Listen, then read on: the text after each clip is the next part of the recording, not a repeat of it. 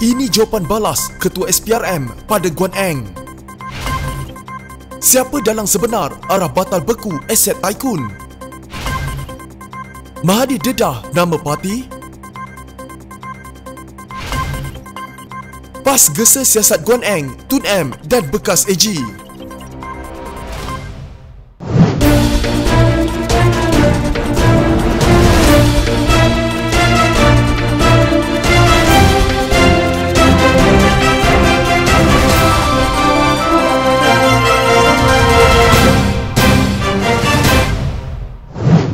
Ketua Pusuruhjaya SPRM Azam Baki menafikan dakwaan bahawa Suruhanjaya itu bersikap berat sebelah dalam menyiasat kes membabitkan bekas Menteri Keuangan Lim Guan Eng. Ketika ditanya mengenai dakwaan Lim bahawa dia terpaksa memakai baju reman berwarna oranye SPRM, Azam berkata tindakan berkenaan bergantung kepada budi bicara pegawai penyiasat kes. Mana-mana pegawai penyiasat yang gunakan baju lokap warna oranye kepada individu adalah bawah budi bicara pegawai, penjaga lokap dan pegawai penyiasat. Hal ini sudah saya ulang banyak kali. Dia pakai baju reman SPRM terpulang kepada budi bicara berkenaan, katanya yang dipetik portal berita harian online. Portal itu juga memetik Azam sebagai berkata SPRM menjalankan tugas seperti biasa tanpa mengira kedudukan seseorang individu yang disiasat itu. Kami tidak berat sebelah pada mana-mana pihak. Kami jalankan tugas seperti biasa dan secara telus dan profesional, katanya.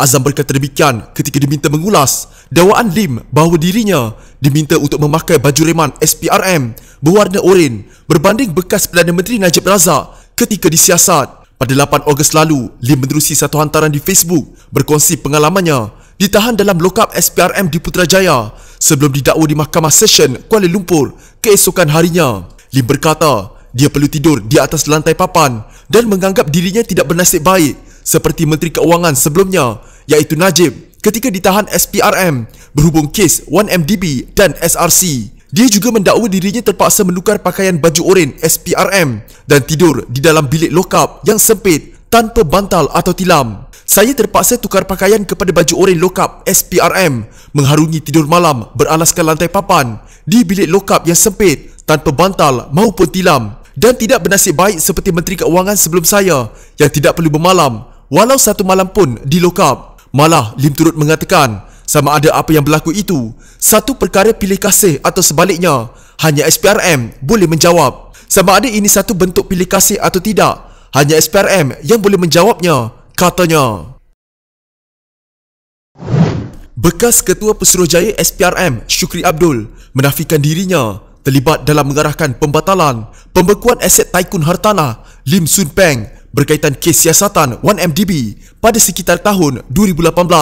Mengulas dakwaan wujudnya campur tangan politik dalam siasatan itu, Shukri menekankan bahawa dia tidak pernah patuh dengan sebarang arahan termasuk dari menteri mahupun Perdana Menteri. Saya sentiasa menjaga integriti saya dalam mana-mana siasatan. Saya tak akan patuh dengan mana-mana arahan termasuk menteri atau Perdana Menteri, katanya dalam satu kenyataan. Kenyataan itu dibuat susulan dakwaan Menteri di Jabatan Perdana Menteri, Parlimen dan Undang-Undang Taqiyuddin Hassan bahawa terdapat campur tangan bekas Perdana Menteri Pakatan Harapan Dr. Mahathir Mohamad dan bekas Menteri Keuangan Lim Guan Eng serta bekas Peguam Negara Tommy Thomas dalam siasatan berkenaan. Taqiyuddin ketika mengkulung perbahasan usul menjunjung kasih titah diraja di Dewan Rakyat mendakwa bahawa pada tahun 2018 surat representasi yang ditulis oleh Peguam Soon Peng kepada Shukri termasuk nota tulisan tangan yang telah diminitkan oleh Mahathir dan sekali lagi oleh Guan Eng. Apa yang berlaku? Surat daripada peguam ini diminitkan oleh Perdana Menteri ke-7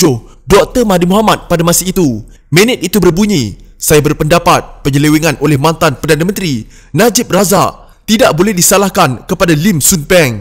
Oleh itu pembekuan akaun peribadinya atau syarikatnya tidak boleh dikekalkan. Ditandatangani 5 Disember 2018, siap dengan cop Perdana Menteri, kata Taqiyuddin. Ketika itu akaun bank Soon Peng dibekukan susulan siasatan ke atas transaksi berjumlah 4 juta ringgit yang berkaitan dengan dana berkaitan 1MDB dari Najib. Taqiyuddin kemudian memaklumkan surat itu diminitkan sekali lagi oleh Guan Eng bertarikh 19 Februari 2019 yang meminta supaya SPRM segera menarik semula arahan pembekuan terbabit seperti yang diminta oleh Perdana Menteri. Susulan daripada surat itu katanya, Tommy kemudian membalas surat kepada Guan Eng bertarikh 31 Mei 2019 memaklumkan mengenai status pembekuan akaun ahli perniagaan terbabit dan arahan beliau kepada SPRM. Mengulas dakwaan itu, Shukri juga berkata bahawa dia hanya akur dengan arahan timbalan pendakwa raya sahaja dan bukannya arahan dari pihak-pihak yang tidak berkaitan. Begitu juga dalam kes ini, saya tak pernah keluarkan arahan pada pegawai-pegawai saya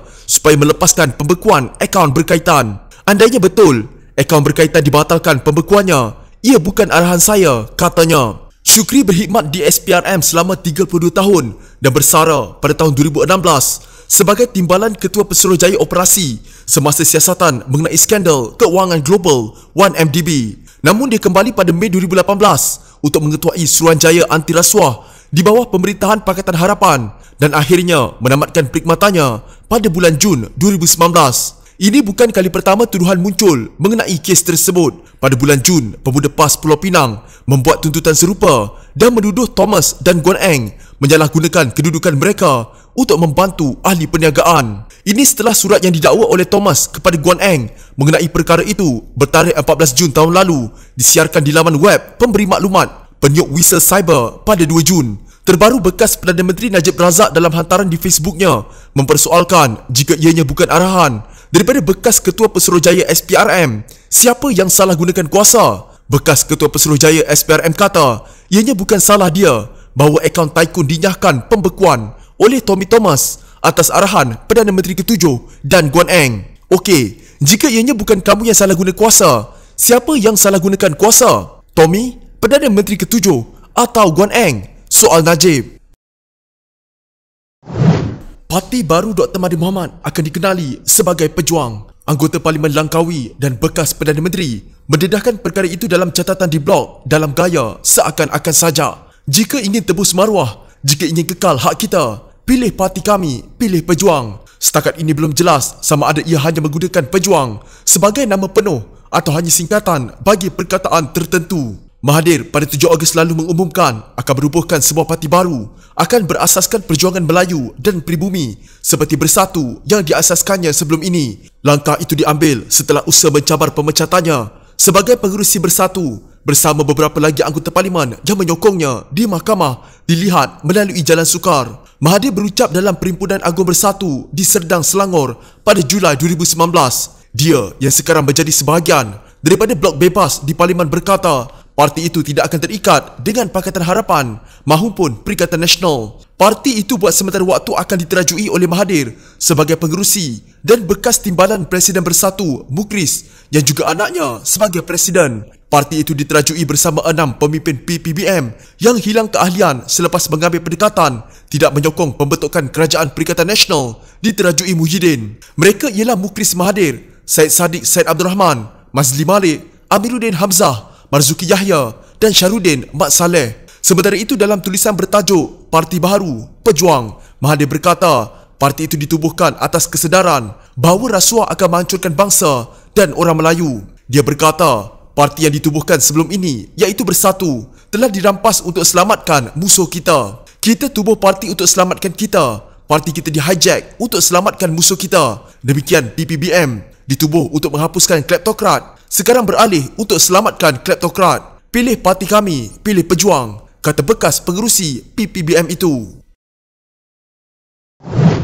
PAS menggesa siasatan terhadap salah guna kuasa. Rentetan daripada pendedahan Menteri di Jabatan Perdana Menteri, Hal Ehwal Undang-Undang Datuk Taqiyuddin Hassan. Ketua Penerangan PAS Kamaruzaman Mohamad berkata, Polis Diraja Malaysia PDRM, Suruhanjaya Pencegahan Rasuah Malaysia SPRM dan Jabatan Peguam Negara mesti menyiasat dan menyelesaikan isu berlakunya salah guna kuasa dan rasuah dalam meluluskan pelepasan pembekuan akaun Bank Tycoon Hartanah Tan Sri Lim Soon Peng. Medan di Parlimen bukanlah satu jenaka, melainkan ia adalah fakta tepat yang direkodkan dalam setiap ucapan. Kesahihan terhadap sesuatu pendedahan mempunyai nilai yang tinggi, katanya dalam satu kenyataan. Menurut Kamaruzaman, PAS dengan tegas menyatakan dukungan terhadap mana-mana NGO dan rakyat Malaysia yang prihatin membuat laporan polis secara besar-besaran ke atas Tun Dr. Mahathir Mohamad, Lim Guan Eng dan Tan Sri Tommy Thomas dalam kes ini bagi memastikan rasuah dan salah guna kuasa yang berlaku di negara kita dapat ditangani. Untuk rekod sebelum ini, Datuk Taqiyuddin Hassan mendakwa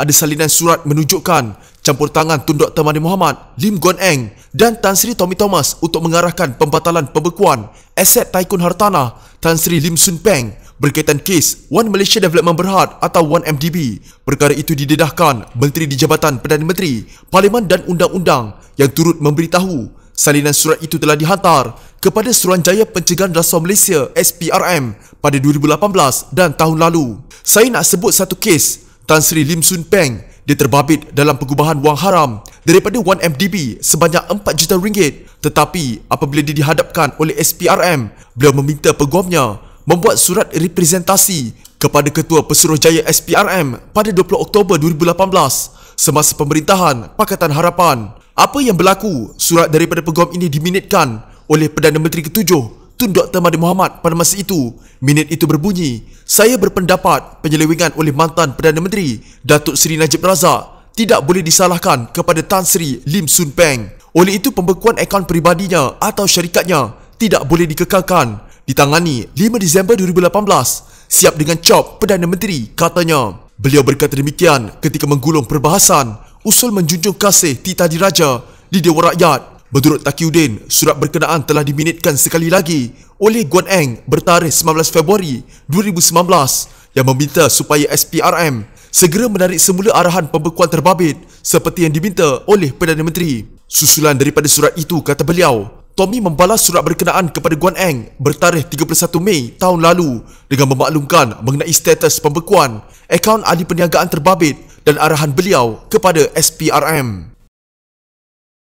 Jika anda mempunyai gejala seperti demam, batuk dan sesak nafas, jangan berlengah untuk terus ke klinik atau hospital bagi menjalani ujian saringan bersama kita tangani wabak COVID-19.